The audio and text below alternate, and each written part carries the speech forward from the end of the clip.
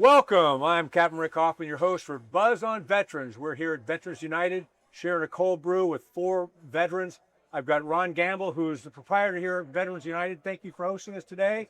I've got Ed Turner, who long time to see you. Good to see you. Good to see you. He's with the National POW-MIA Memorial and Museum. I've got Mike Bliss from Trinity Camp and Retreat Center, and Phil Burt from Team Red, White, and Blue. Welcome, gentlemen.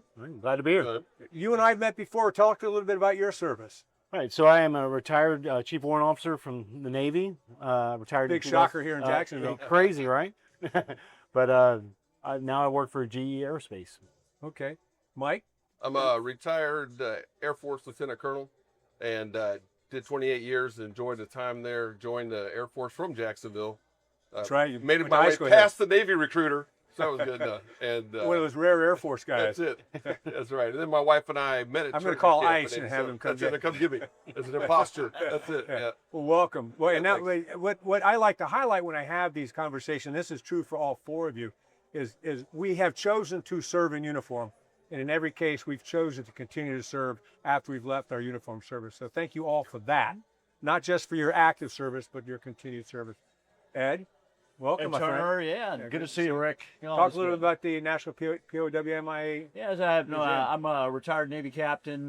Did also 30 years in there, and then 10 years serving the country with doing international training for our allies. But post that, I am now the executive director of the National POW-MIA Memorial, which we're building right here in Jacksonville. Congratulations. Where exactly is it going to go? Out at Cecil Field, so okay. I have a lot of familiarity with that. My car knows how to get there. You grew up out there, right? I had 5 tours out there flying out of Cecil Field, but the city gave us 26 acres to build this national destination. Fantastic. Ron, talk a little bit about your service. Yeah, please. so you're here on my place, Veterans United Craft Brewery. I didn't retire out of all these guys. I only did 8 years active, 4 years reserve. Only 8 is still service, yeah. It is. Naval Flight Officer on the S-3 Viking, flew out of Cecil Field here off of USS Forrestal, did missions over Iraq during the First Gulf War.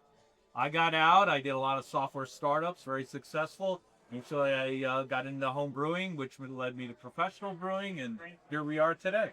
Well, the other thing, Veterans United is very, very active with veterans issues here in Jacksonville. Talk a little bit about that, please. So we support a lot of the local nonprofits. The POW-MIA is one of them. We do IPA every year. Matter of fact, it's on tap right now. Work with 5-star homeless veterans downtown Jacksonville, as well as the Fire Watch, which is veteran suicide awareness. So constantly involved. I do a lot with the squadrons on base. They're here. They use our event room. Hail farewells, wedding downs, whatever it may be. So yes, we're actively involved, constantly giving back where we can. Well, thank you so much for hosting us today. Oh yeah. Now, of course, the big theme for today's interview is that we're coming up on the semi-sesquicentennial, the 250th anniversary. We're not coming up. No, we just recently celebrated it. Yep. All of us served in some period after Vietnam, but I think the images and the memories of Vietnam affected all of our service in some way. And then, of course, the Gulf Wars. Mm-hmm. And now, as we move into another set of forever wars and the role of America in the larger picture of world peace, what does the 250 mean to you? Well, I like all of us, I was around for the bicentennial, and part of me is I just can't believe it's been, 50 years since that day. That was a big historic date in our country's history. I think it's us progressing ahead, and though it's been very challenging times, I'm interested to see what the next 50 years are going to be. So I'm hoping things are the best. I have little expectation that I'll be celebrating the tricentennial. Probably yes. But who knows? Advanced medicine. You never know. RFK Jr. is in charge of health. Yeah, very nice. Ed, same yeah, question. It's interesting. On the bicentennial, I was checking into Naval Academy Prep School. Didn't realize that 50 years later, I would have served 30 years in, and it came from a family of naval aviators and others. And my surface line father was pretty shocked that I went naval aviation. But we added up with my brothers and myself 100 years of service. And this, I kind of thought about that as we came on the 250th. This is it's pretty important to our family. My father passed. He was a Vietnam veteran, but this 250th, I think, is an incredible point that we really are pretty proud of. One of the things I think is interesting, most Americans don't really truly have a grasp of history, but we think of Europe as the old country. And there are old things in Europe, but what year did Germany become Germany? After the Franco-Prussian War, what year did Italy become Italy? 1887. I mean, so think about it. We are truly an anomaly, this grand experiment here on this foreign shores. And while we have a very checkered history as to how we treated the indigenous people and how we grew who we are, we're still here. And we're still here doing good things for the world. Yeah. You took a different path from being a war fighter in the Air Force to running a church camp here in North Florida. Talk a little bit about that.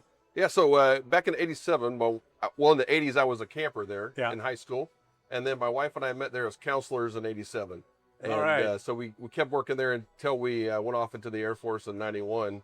And then we had no intention of coming back to this area. We wanted to go to somewhere where there was 4 seasons and there was, cool in the summer and all that kind of stuff. But not to be a chaplain, but God had a different plan for us and kind of knocked on our door and said, hey, I was deployed at the time. I was in the UAE and had no intention of retiring. But then it was like, hey, it's time to retire. So we started those steps. And then this door opened up and we said, this is where we should be. And it's a chance to give back, every summer to kids and all that. But then there's also other groups that come down to utilize the facility in the camp that we could pour into and help out. What does 250 mean to you? So 250 means to me, it's amazing. I mean, I was only 7 at the bicentennial, but it was awesome. I do remember my dad was stationed in Key West at Boca Chica, and we were down there having a good time and doing that. But what 250 means to me is it's still a place today where people want to come. Yeah. They still, in the FIFA World Cup this year, showed lights on and bright lights how great America is and the opportunities that are here, that it doesn't matter what your father did or your father's father did, you can make your own path here, and it's amazing. Yeah, thank you. Yeah. Phil, All right. again, you continue to serve here in our community, and I appreciate that. Talk to me about what 250 means to you. I mean, 250 really means it's hope, right? So I've been all over the world. I've been to countries where it's like National Geographic poor. Like you see things that you only read about.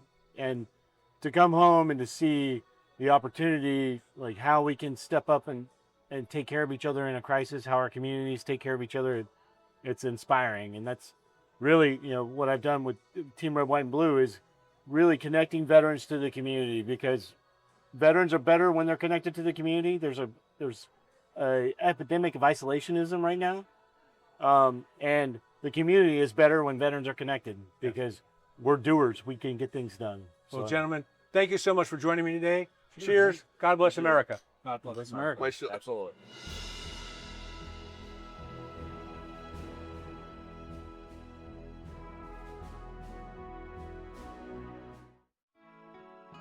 When they leave us for battle, we await their return. When their embrace is gone, we imagine them with us. Some don't come back. We grieve. Some come back hurting. We help. Heroes survive. We honor them. Heroes fall. We remember them. 150,000 veterans live in Jacksonville. We serve them.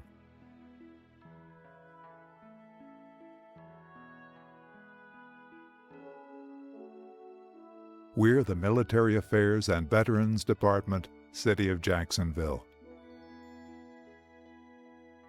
Because of them, our light never dims.